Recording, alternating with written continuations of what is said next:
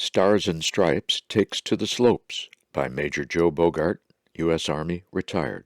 Two photos accompany this main feature article. The first of the two photos reveals a lone female skier who appears to be looking slightly downward on a flat, snow-packed surface. She is dressed in blue jeans, a light red coat, and a vest with the lettering, visually impaired. She is also wearing a helmet and large ski goggles. The snow surface is drenched with sunshine, which shows her full shadow.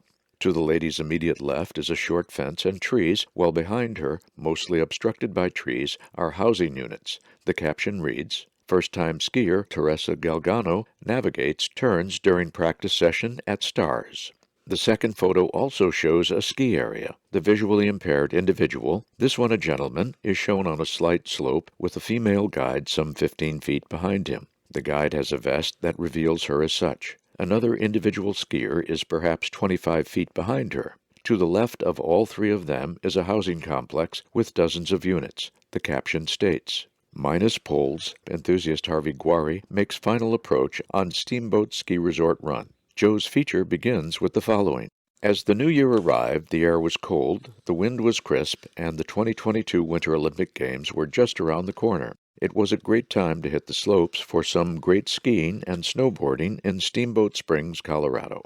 10 blinded veterans and 3 spouses did just that from January 23 through 27, thanks to the Steamboat Adaptive Recreation Sports Stars and Stripes program and our very own BVA. The mission of Steamboat Adaptive Recreation Sports, now more commonly known as STARS, is to empower and enrich lives through adaptive recreational activities. It was formed in 2007 by a group of parents, ski instructors, and management from Steamboat Ski Corporation to help provide improved winter recreational opportunities for persons with disabilities. In 2010, STARS was contracted by Steamboat Ski Corporation to be the exclusive operator of all winter adaptive lessons and programs for the Steamboat Ski area. Since then, STARS has grown to offer year-round programming on and off the mountain. Source: https://steamboatstars.com/about-us/#history. https://steamboatstars.com/about-us/#history. Several of the 10 blinded veteran participants were currently serving in leadership positions in their respective regional groups. The remaining 3 participants were spouses, 2 of whom were disabled veterans, and the other a retired law enforcement officer. The skiing or snowboarding experience level varied from expert and former competitor to first-time beginners. STARS was able to easily accommodate all abilities. Lieutenant Colonel Teresa Galgano, U.S. Army, retired, of Fort Myers, Florida, was one of the adventurous first-timers. Teresa learned of the opportunity through the BVA Ambassador Training Program and immediately thought, "Hey, I want to get on there." She also said, "I never skied before and didn't even know if I would like it, although before I went home, I made reservations to go back in March."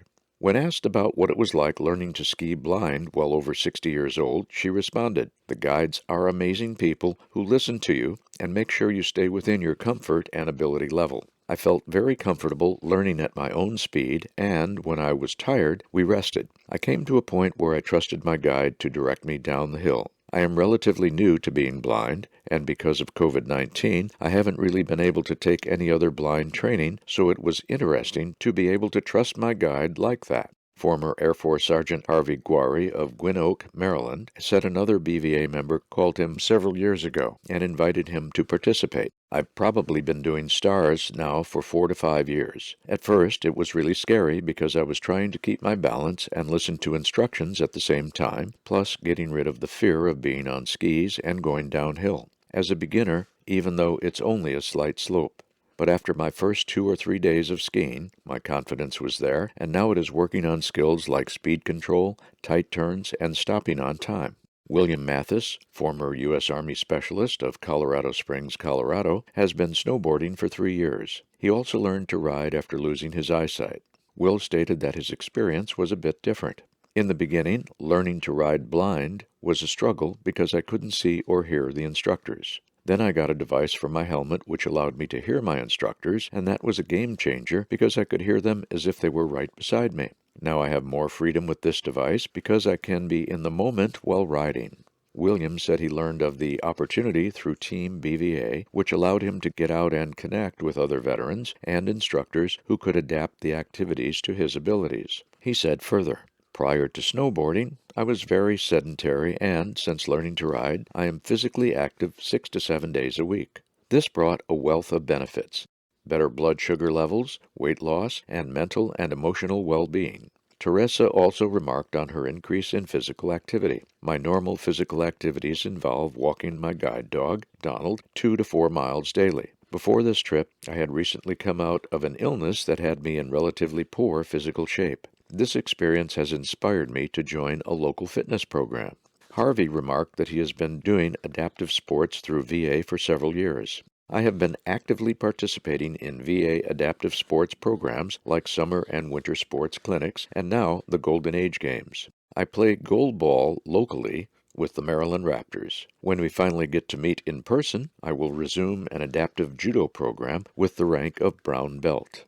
Adaptive skiing is just one of many activities available to BVA members of all ages and abilities. If you want to get out and be part of some amazing adaptive recreation opportunities, contact your BVA Regional Group Leadership, District Director, or your local VA Medical Center, VIST, and recreational therapists to learn more.